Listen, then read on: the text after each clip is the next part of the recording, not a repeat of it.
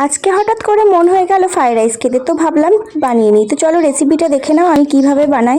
তো এখানে গোটা গরম মশলা নিয়েছি, আর এখানে আমি কুচি করে নিয়েছি গাজর আর ক্যাপসিকাম। তো আমি এখানে সাদা তেল দিলাম পরিমাণ মতো, অল্পই দেওয়ার চেষ্টা করছি কারণ এখন চরম গরম পড়েছে। তো এখানে সবজিগুলোকে ফ্রাই করে নিচ্ছি, সঙ্গে কিন্তু গরম মশলাটা দিয়ে দিয়েছি। তো পরিমাণ মতো নুন দিয়ে দিলাম, আর এখানে আমি নিয়েছি কাজু বাদাম, কিশমিশ আর আলমন্ড বাদামের কুচি। তো এটাকে পরিমাণ মতো নিয়ে এবার এই ভাজাটার মধ্যে, সবজি ভাজাটার মধ্যে দিয়ে দিলাম, তাতে সবগুলোই একসঙ্গে যেন ভাজা ভাজা হয়ে যায়। তো দেখো ভালোভাবে আমি ভেজে নিচ্ছি। আমি খুব একটা ভালো রান্নাবান্না পারি না, তবে যেটুকু জানি তাতে আমার কাজ চলে যায়। তো এই ভাজাটার মধ্যে আমি এখানে গাওয়া ঘি আছে 1 চামচ দিয়ে দিয়েছি এই তেলের ওপরেই, যাতে একটু সেন্টটা ওঠে। আর বেশি ঘি আমি দেবো না, আর একদম লাস্টে নামানোর সময় একবার দেবো। তো দেখো তারপরে ভাতটাকে আমি আলাদা করে বানিয়ে নিয়ে জল ঝরিয়ে রেখেছিলাম, সেই ভাতটাকে আমি দিয়ে দিয়েছি এই কড়াইয়ের মধ্যে।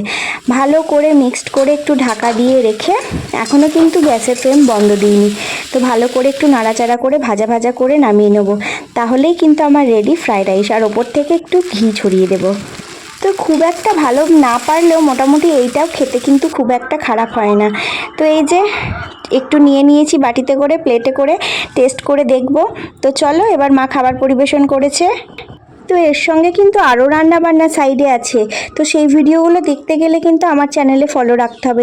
তো এই ভিডিওটা এখানে এন্ড করছি। ভালো লাগলে লাইক, কমেন্ট, সাবস্ক্রাইব, আর তোমরা সবাই ভালো থেকো, সুস্থ থেকো।